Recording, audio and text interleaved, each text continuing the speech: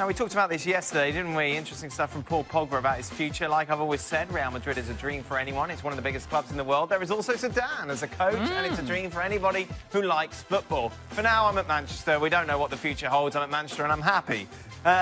Gab, I want to start with you because there's no chance he's going to go to Real Madrid in the summer, is there? That's not going to happen. Well, a number of things would have to come together in the sense that Real Madrid would most likely have to get rid of either Luka Modric or Toni Kroos, which may be doable, may not be. They're both on a ton of money, and obviously Modric is getting older. If a big offer were to come in and United were happy to let him go, and Pogba made a big enough fuss, there's no reason it couldn't happen. But I always need to remind everybody, having sat in so many of those press conferences, that you get asked those questions, and Paul and Ali will know this. You come back and you talk player speak. You say, well, of course it would be an honor to play for Real Madrid, and of course Zinedine Zidane is wonderful. But I am happy at Manchester United. But nobody can tell what the future can hold. And that's what Pogba did. And if you really want to be conspiracy theorist, Dan, then you point to the fact that his contract is up in 2021, although he does have another year remaining. There's a club option after that. And so, maybe it might be time to start thinking about a new deal at United as well. Could he have played this better, Pogba, when asked the question? Of course he could have and should have. I mean, I can sit in that press conference right now and I can tell you, look, things are great right now at Manchester United. Ole Gunnar Solskjaer has come in and really made a difference for me. I'm becoming the player that I think I could be in this club, and I'm very happy here. Thank you very much. Take care. Good night. I mean, that's it. That's all you have to say. Now, if this is his version of campaigning to possibly go to Real Madrid, I imagine that Paul Pogba has the power and the say to pick up the phone and get a hold of Zinedine Zidane and actually have a direct conversation with him, rather than put this out for us to chew on. So he is experienced enough to know that these questions are going to come. They're going to come, and they're going to keep coming. And the only way that you shut these questions down is by doing what I exactly did. Just look, I'm a Manchester United player, and I'll be a Manchester United player for the foreseeable future. Thank you. But he Drive didn't. home safely. But he didn't. No, of course he did. It's interesting, Gab mentioned there Modric and Kroos. As it stands, Pogba walks into the team ahead of them without any question, doesn't he? Well, so, Modric is getting on. I think he probably will be leaving in the summer. But, look, Solskjaer's done a fantastic job for Pogba. He's put him in the right position. He's got the protectors, Herrera and Matic, behind him. He's got the freedom to play. It seems as though he loves playing with Rashford and Lukaku and Lingard and so on and so forth. You can see the happiness when he scores goals. You can see the celebrations. That's a guy who's in sync with what the manager's trying to do for the team and for him. So why would you want to blow that up? It's not as if Manchester United is an also-ran football club. So I do think... I take on board exactly what Gab said, but I do agree with that. I think he should have chosen his words a little bit better. Not only Pogba, though, that's flirting with Real Madrid. No. And let's face it, his is schoolboy stuff to compare to what Eden Hazard is doing at the moment. This is what Hazard said. As a player, there's no comparison. I have so much respect for Zidane. He's my idol. It's thanks to him I started playing. Oh, boy. Wow. Gab, there almost just feels like an inevitability about Eden Hazard in a Real Madrid shirt at the start of next season. Yeah, but you know what? It's not inevitable. We always need to remind ourselves of this, whether it's Hazard or Pogba. Real Madrid do not have infinite resources, despite what some people think. They've spent a lot of money on Eder Militao already. They can only buy one, possibly two absolute A-list superstars on top of that. And beyond that, if they want to buy more, they need to go and get rid of players. And it's difficult to get rid of Real Madrid players because they make a ton of money and they're coming off two straight, frankly, disappointing seasons in La Liga. So it's not that simple. So Eden Hazard, I think, is doing the right thing. He's told Chelsea, guys, I've been here. I will consider a new contract. But the reality is I also want to play for Real Madrid before I get too old. Real Madrid, another big club. Please respect that. Chelsea are respecting that. If the offer comes in the summer, he's going to go. If it doesn't come, because he's only got a year left in his deal, if it doesn't come, if they're not that interested in him, and Chelsea offer a new contract, which they will, then he's going to stick around. I think if there's one thing you can't fault Eden Hazard for is he's not being sneaky. He's not launching messages. He's been very straight up all along. Is that why you kind of feel you give him a bit more of a pass than Pogba? Yeah, but because not only has he been straightforward, but the message has been very clear. And now it's very clear. Sisu! Sisu! I'm right here! I'm right here, baby! I'm here for you! Come on. He's gone. He's gone? He's gone. Extra time, of course, always available on the website. You can always tweet your questions in at ESPN FC. Sometimes we go off some tangents. We're going to talk about Jose Mourinho for a while, haven't we? Well, this is what he had to say about managing again. I know exactly what I don't want. That is why I've turned down 3 or 4 offers. I know what I want, not the name of the club, but the type of work and the workload. He continues, I want to coach a team starting in June in time for pre-season. Well, we all want different things, don't we, Gab Marcotti? Will he get it, though? Will he get the chance at another big club, considering what happened at United? I think there's a decent chance that he will get a shot, maybe not at the very biggest club. I think he might need to wait for that opening to come. But he himself has spoken about, a club with the ambition to go and be a big club. A comparison, a club like where Inter Milan were when he joined them. But it's funny, he mentions 3 or 4 job offers. He gave one of his first interviews after leaving United on January 19th. And he mentioned the 3 or 4 job offers he's turned down then. So that was more than 2 months ago. I'm surprised he hasn't gotten a couple more in the interim. Detective Gab. You said in January 19th it was 3 or 4. You said? You'd be, as a fan, I'd be hesitant. As opposed to in the past, if Jose Mourinho came in, you thought, right, OK, this is a man that's going to win us trophies. That has somewhat diluted, hasn't it? Yes, it's gone away, actually. And if I were advising Jose Mourinho, and I know he will listen to me, and I will tell him, Jose, it's time for you to walk away from club management.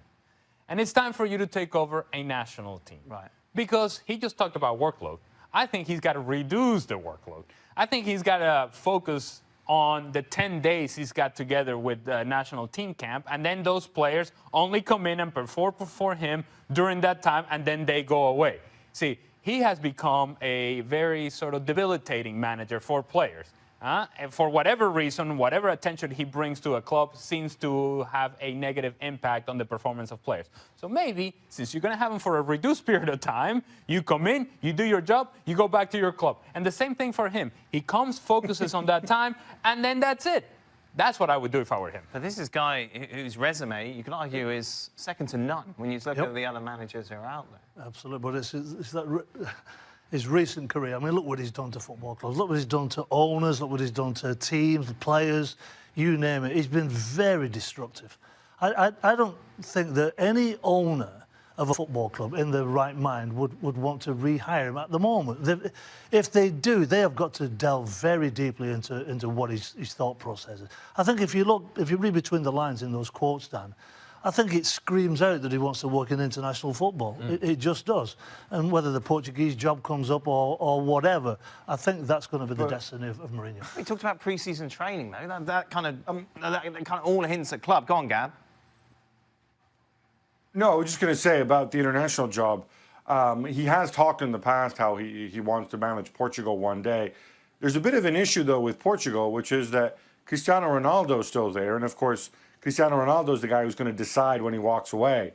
I would imagine that, Cristiano Ronaldo would rather walk around with a paper bag over his head for the rest of his life than have Jose Mourinho as his manager again. So that's really not an option right now. The other issue with him is he's really, really expensive. And, a big European team or a big South American team, they're not going to throw that kind of money at an international manager if on top of that, it's Jose Mourinho. Gab, you mentioned Inter before, obviously considering the success he had there in the past, a club of that sort of stature. Is Inter probably at the top of the list that maybe you suggest that he could go to? Well, it's funny because not in this interview, but in another one, when he brought up Inter, he talked about how the conditions were perfect, the job he did was perfect, everything was perfect. And for that reason, maybe he shouldn't go back there because it's never as perfect the second time around as we learned at Chelsea. I also suspect that, Inter don't feel that he's the right guy for them because remember, they've had financial fair play issues. They have an older squad. They have a very rich owner, but they also have restrictions. I don't know that there's this great appetite on the part of the club's owners. The fans might be a little bit different because, of course, they have nothing but happy memories. But, of course, Chelsea fans had nothing but happy memories of Jose Mourinho until he came back. So what are we left with, Gab, when you take a look at the possibilities, if we focus on Europe and the big leagues? Premier League, none, you would suggest, yeah? None of the top six, I don't think, would go for Jose Mourinho. In France, there's really only PSG, and Tuchel's going to stay there. Italy, Spain, where can you see it happening? Where does it all fit for you? I'm purely speculating here, so please bear that in mind, but that's what you asked. I think he wants another real top-tier job. And, if it gets to be sort of April and May and that doesn't materialize, I think he would consider moving to a job at the galaxy of clubs where his agent, George Mendes, has kind of put this friends. And so those are clubs, like Monaco, for example, for some kind of rebuild. Okay, Wolverhampton Wanderers sounds absurd, but there's an obvious connection there. Possibly Atletico Madrid, should Simeone move on. Possibly Valencia. I think his options would be something like that, or stick around, wait for the next big club to screw up and panic, and then go and go there the way, which is how, of course, he got to Manchester United in the first place.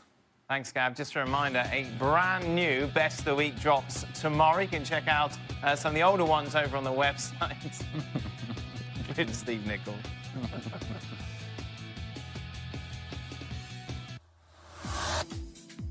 Just a reminder, plenty more Euro qualifiers to come tomorrow. It is Moldova against France as the World Cup winners start up their qualification campaign. Meanwhile, Ronaldo, of course, back for Portugal as they take on Ukraine. A tester for them.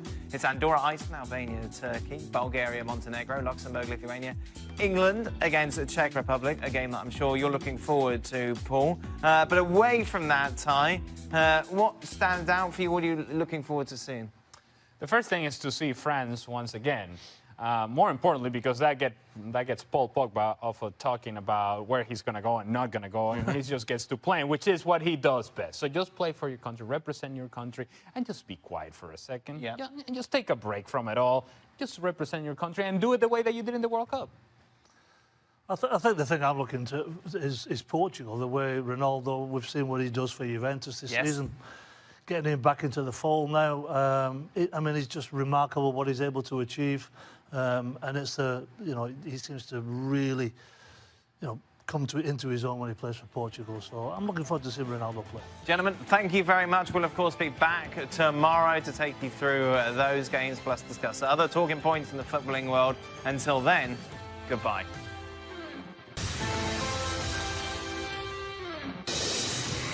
Welcome into the latest edition of ESPN FC. I'm Dan Thomas, joined by Ali Moreno and Paul Mariner. The European qualification process kicked off today for Euro 2020. In case you missed any of the goals, and I mean any of them, fear not. We have got you completely and utterly covered over the next half an hour. We'll start with Belgium. They were in action against Russia. The two favourites, in fact, from Group I going head-to-head. 14 minutes into this one, Belgium would take the lead. Some lovely build-up play, and in the end, Tielemans getting its first ever international goal. Yeah, as you said, Dan, beautiful 1- and 2-touch football. Ball's laid off there to Tielemans. He just steadies himself, has a look where the goalkeeper is. Got a decent enough strike, strong enough to get it past the keeper. Oh, no. Then Thibaut Courtois. Oh, no. That's a reason why Keylor Navas maybe should be for Real Madrid. Joseph making the notes about this. What is he thinking? Yeah. Thibaut, clear it! Clear it! Catastrophic. He's got to feel that pressure coming on. He's got to do. 7 minutes ago in the first half, Batshuayi thought he made it 2-0, but for the goal line clearance. Yeah, gets it out of his feet, on his right foot. Could he have gone near post? Possibly. He decides to go across the keeper. Here he is, just opens his body up nicely. Defender there on the line to clear. Belgium, though, would make it 2-1 before the end of the half, thanks to a penalty as Eden Hazard was brought down here. Controversial. Okay, maybe not. Maybe not nearly as controversial as one might have thought. Cherkov cannot move his feet inside and out by Eden Hazard. 100% a penalty, Eden Hazard. No problem. Eden Hazard buries the spot kick to make it 2-1. Going into the second half. Not too many incidents here. 11 minutes to go in the game. Batshuayi hits the post. Yeah, it comes from nice and sharp. I thought he did okay today, actually. Batshuayi on the left peg, hits the post. And then Batshuayi with the assist. Assist? Yeah. Set up Eden Hazard. It's a classy touch, Paul. You see, you don't get it. You don't see the nuance of his game. I most certainly do not. Hey! That finishes Belgium 3, Russia 1 in Group I. And Eden Hazard, we're going to be talking about a lot, you feel, over the next couple of months with a possible move to Real Madrid. But what he does prove time and time again, when he plays, he's the best player on the pitch. Yes, and no better example than this match.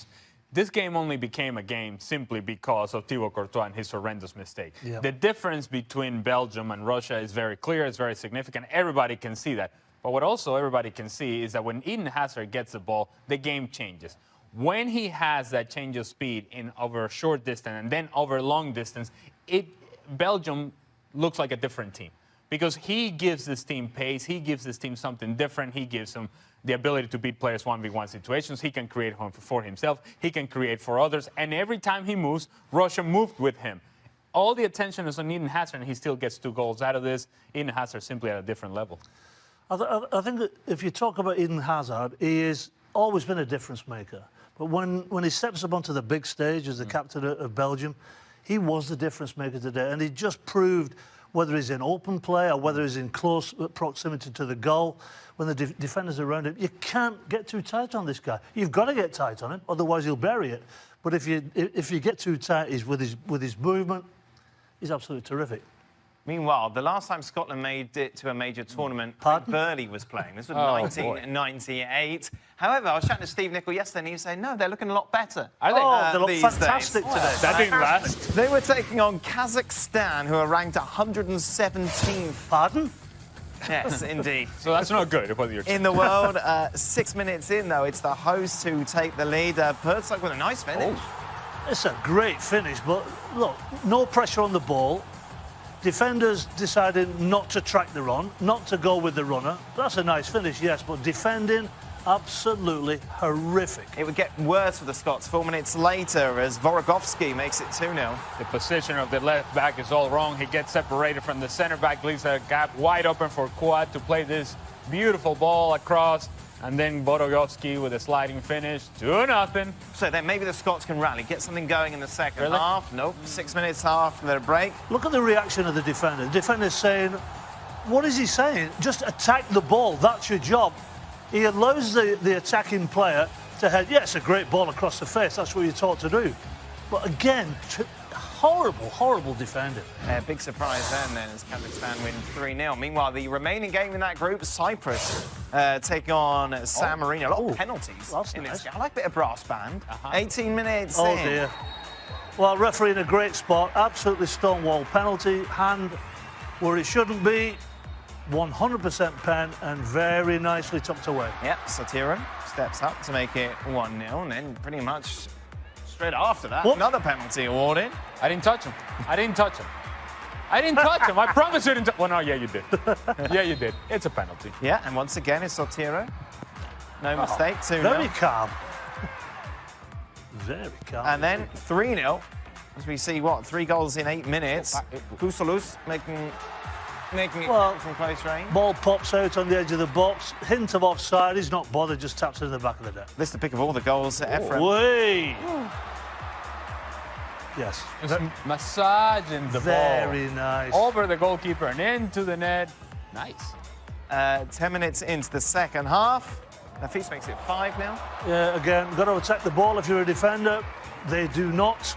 it's a nice glancing header, to be fair. Job done for Cyprus, so it's them, Kazakhstan and Belgium at the moment at the top of Group I. Coming up this week, surely San Marino against Scotland. They can't mess that up, can they? I don't know. It's touch and go. Meanwhile, Northern Ireland taking on Estonia. I imagine Paddy McNair was not watching Paul Mariner videos before the start of this game, because Maris, this is your range with your head. Well, he did exactly what we taught to do, that's head it down, but he put a little bit too much juice on it. Very down, straight down. Yeah, that was very down, yeah, you're right. I mean, it's an absolute dolly.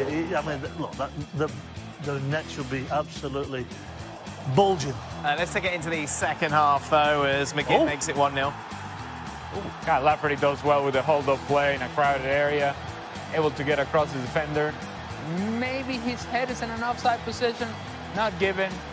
Good layup, good finish. Now, 17 minutes to go in the game, penalty awarded. Initially, the ball is cleared out.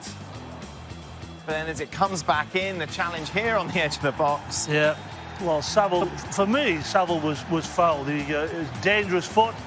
Very, very dangerous. Some people say minimum contact. Was it inside, outside? It was inside. Which people? Yeah, who are those people, Paul? A couple of people. Yeah. Stephen Davis, your Estonian friend. Estonian pals.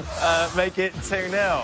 Meanwhile, the Dutch, of course, didn't make it to the World Cup, or indeed the last Euros, looking to change that here as they were taking on Belarus, and it would be an absolute gift. Take a look at the clock. 47 seconds in, Depay 1-0. Well, credit to Depay. I mean, he reads the situation, the defender does not. Jumps on the terrible back pass. But what a lovely little finish that was with the outside of his right foot. What a lovely little ball from the outside. It was a fantastic, but like, great read to the lad. I mean, the lad's playing really well for Netherlands in that number 9 spot. 20 minutes later, it's 2-0. Wijnaldum with the goal. Okay, Memphis Depay. Wow. A little bit of filth and vision, picking out the run on Wijnaldum, coming from behind. Little hold-up play, little filth. Happy city for Wijnaldum. Beautiful. 9 minutes into the second half, penalty for the Dutch.